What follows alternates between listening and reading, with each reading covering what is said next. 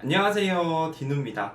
오늘 여러분들과 나눌 이야기는 내 집착을 사랑이라 하는 너예요. 사람과 사람이 만나면서 큰 문제 없이 잘 만나는 경우도 있지만 그렇지 않은 경우도 있죠. 연인 사이에서 생길 수 있는 문제는 많지만 오늘 다뤄볼 이야기는 집착에 대한 이야기예요. 집착은 두 가지 경우가 있는 것 같아요. 첫 번째는 한 사람은 너무 잘해주는데 다른 한 사람이 그걸 믿지 못하고 집착을 하는 경우. 뭐 예를 들면 A라는 사람이랑 B라는 사람이 만나고 있었어요. A는 B가 걱정할까봐 틈이 날 때마다 연락도 해주고 B가 걱정할 만한 행동은 하지 않고 B에게 거짓말을 하면서 속이지도 않아요. 그리고 애정 표현도 정말 열심히 해줍니다. 그러니까 연애에서 할 수 있는 노력을 충분히 해요. 그런데도 B가 집착을 하는 경우가 있어요.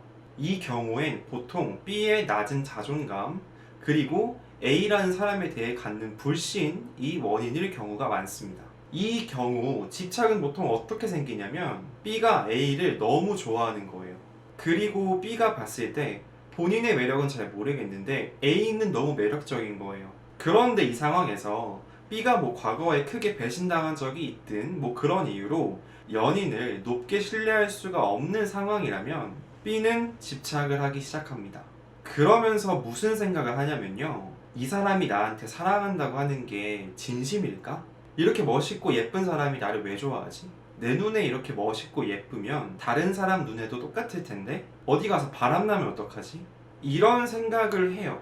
그러면서 집착을 시작하는 거죠. 친구들을 만나지 못하게 한다든지, 친구들 연락처를 삭제한다든지, 친구들과 SNS 친구를 끊게 한다든지, 5분 간격으로 연락을 하라고 한다든지, 이런 도가 넘는 집착을 하기 시작해요. 저는 연애에서 개인적으로 어느 정도의 집착은 몰라도 과한 집착은 둘 다한테 좋을 게 없다고 생각해요. 우선 과한 집착을 받는 사람은 답답하죠. 본인은 정말 노력을 하고 있는데 내 애인은 내 노력을 몰라주니까. 자기가 지금까지 해온 노력들이 모두 다 무의미하게 느껴져요. 여기서 끝이 아니라 어떤 말을 하든 어떤 행동을 하든 애인의 눈치를 보게 돼요. 내가 이렇게 하면 나를 의심하지 않을까? 내가 이런 말을 하면 제가 상처받지 않을까? 참 많은 고민과 생각을 합니다. 그러면 과한 집착을 하는 사람은 어떨까요? 마찬가지로 너무 괴로워요. 나는 왜 이런 사람인가 부터 시작해서 본인의 자존감을 떨어뜨릴 수 있는 생각들을 굉장히 많이 하거든요.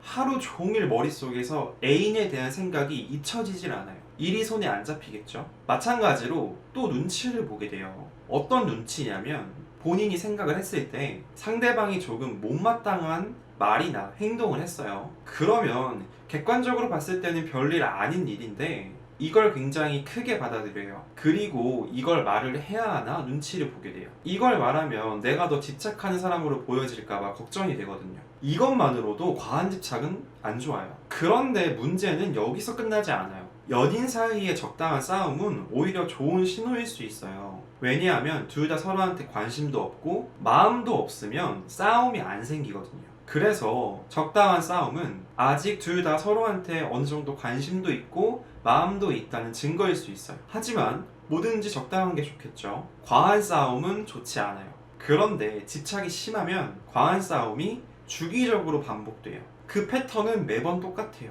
A는 B가 걱정할 것 같은 행동을 안 한다고 최대한 노력을 해요. 신경을 써요. 그런데 B가 봤을 땐 뭔가 만족스럽지가 않아요. 그러면 B가 참다 A한테 불만을 말해요. 그러면 또 A가 자신의 노력을 몰라준다는 이유로 B한테 화를 내요. 그러면 큰 싸움이 나겠죠. 이 패턴이에요. 이 패턴이 항상 반복되면서 큰 싸움이 나요. 여러분, 이런 식의 계속 반복되는 싸움은 서로에게 어떤 교훈도 주지 않는 싸움이에요. 그러니까 의미가 없는 싸움이라는 거죠. 서로한테 상처만 될 뿐이에요. 이렇게 싸우다가 헤어지면 문제도 그걸로 끝일까요? 그렇지 않습니다. 과한 집착을 받던 사람은요, 다음 연애를 할 때 새로운 사람한테 적극적으로 마음을 쏟지 못해요. 왜냐하면 그랬다가 혹시라도 또 과한 집착을 받게 되면 또 그 과정을 반복해야 하니까요. 그러니까 후폭풍이 남는 거겠죠. 또 과한 집착을 하던 사람은요, 지나간 연애로 이미 자존감은 바닥을 쳤기 때문에 항상 우울해해요. 그리고 마찬가지로 다음 사람을 만나는 게 두려워지겠죠. 다음 사람 만나도 똑같을 거야 라고 하면서요. 이렇게 과한 집착은 둘 다한테 좋을 게 아무것도 없어요. 여러분, 집착이 참 무섭죠. 그렇다면 여기서 제가 여러분한테 꼭 여쭤보고 싶은 게 있어요. 여기서 B가 A에게 하는 언행이 정말 사랑일까요? 물론 경우에 따라 다를 수 있어요. 모든 인간관계가